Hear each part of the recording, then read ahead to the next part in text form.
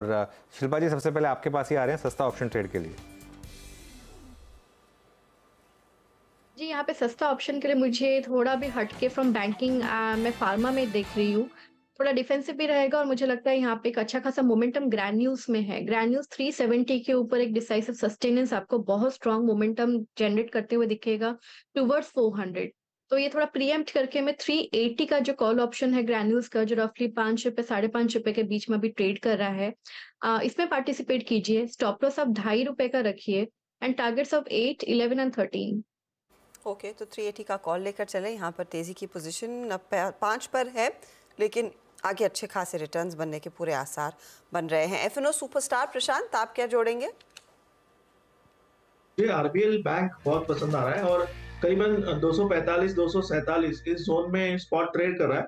मेरा stop loss होगा 240 240। जो टारगेट मैं देख रहा हूँ होगा 265 265 का। ओके, आरबीएल बैंक 247.30 पे ट्रेड करता है मिड कैप बैंकिंग स्पेस में। इसमें सुबह से ही ओपन इंटरेस्टेड हो रहा है, बाकी रेस्ट ऑफ बैंकिंग में अब हुआ, इस पर सुबह से ही हो रहा है। मानस जायसवाल जी से पिक करते हैं चार्ट के चमत्कार। मानस, आपका ट्रेड क्या रहेगा?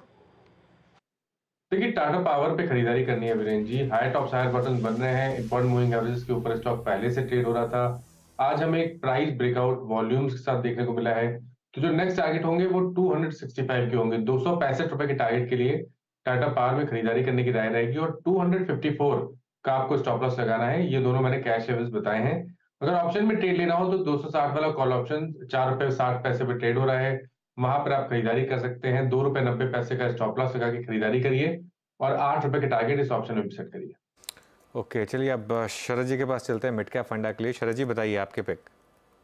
हाँ जी, हमारा मिड कैप फंडा है गुजरात इंडस्ट्रीज पावर कंपनी। हमें लगता है ये कंपनी अभी सिर्फ 1200 मेगावाट के आसपास के ऑपरेशनल प्रोजेक्ट्स पे काम कर रही है, जिसमें से कुछ प्रोडक्ट्स वडोदरा वाले जो है वो गैस बेस्ड थे और गैस की प्राइसिंग और अवेलेबिलिटी को लेके वहाँ पे थोड़ी अनस्टेबिलिटी थी, जो अब नॉर्मलाइज हो जाना चाहिए। 1200 मेगावाट की ऑपरेशनल कैपेसिटी के सामने कंपनी लगभग अगले दिसंबर तक 1200 मेगावाट की additional capacity renewable power solar power में चालू करने की बात कर रही है। उसका फायदा नंबर्स में काफी बड़े तौर पे हमें लगता है आने वाले समय में दिखना चाहिए। डेट की पोजीशनिंग भी लगभग स्टेबल है। 600 करोड़ के आसपास की बोरिंग है सितंबर तिमाही तक, और लगभग 600 साढ़े 600 करोड़ के कैश एंड कैश इक्विवेलेंट्स भी हैं बुक में। तो ज्यादातर ये नए प्रोजेक्ट के लिए जो भी इक्विटी रिक्वायरमेंट है वो कंपनी काफी आसानी से अवेल कर देगी। और इतने बड़े कैपेक्स के बाद हमें लगता है कि अर्निंग्स में भी काफी बड़ा उछाल आना चाहिए। अभी लगभग 12 12 सवा 12 रुपए के आसपास की टीटीएम अर्निंग्स है। तो हमें लगता है जैसे जैसे ये 1200 मेगावाट का एडिशनल प्रोजेक्ट आता है जिसमें आईआरआर भी प्रोबेबली एग्जिस्टिंग प्रोजेक्ट से बेटर होनी चाहिए, और नए जो पुराने प्रोजेक्ट्स हैं जो गैस पे ऑपरेट कर रहे थे वो भी नॉर्मलाइज हो जाते हैं, तो उसका भी फायदा नंबर्स में दिखना चाहिए। तो over a period of time 1 डेढ़ साल में आप ये उम्मीद कर सकते हैं कि अर्निंग्स लगभग यहाँ से डबल होकर 24 रुपए के आसपास हो जाएगी। और 10 का मल्टीपल कंपनी को आसानी से मिल जाना चाहिए। ज्यादातर प्रोडक्ट्स में कंपनी के ज्यादातर कैपेसिटीज में कंपनी के पास लॉन्ग टर्म पीपीएस हैं। रॉ मटेरियल अवेलेबिलिटी का कोई इशू है नहीं। लिग्नाइट माइंस इनके पास ऑलरेडी एलोकेटेड हैं जो लगभग 25-30 साल के लिए हैं इनके पास।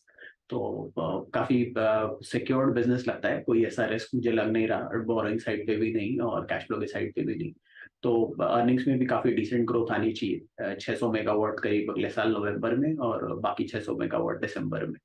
तो मुझे लगता है कि अर्निंग्स लगभग यहाँ से डबल होनी चाहिए। 24 रुपए के आसपास की अर्निंग आपको 1.5 से 2 साल में दिखनी चाहिए, और 24 रुपए पे 10 का मल्टीपल आसानी से मिल जाना चाहिए। तो 240 रुपए के लक्ष्य के हिसाब से Gujarat industries power company. Okay, तो ये फिलहाल आपके लिए जीआईपीसीएल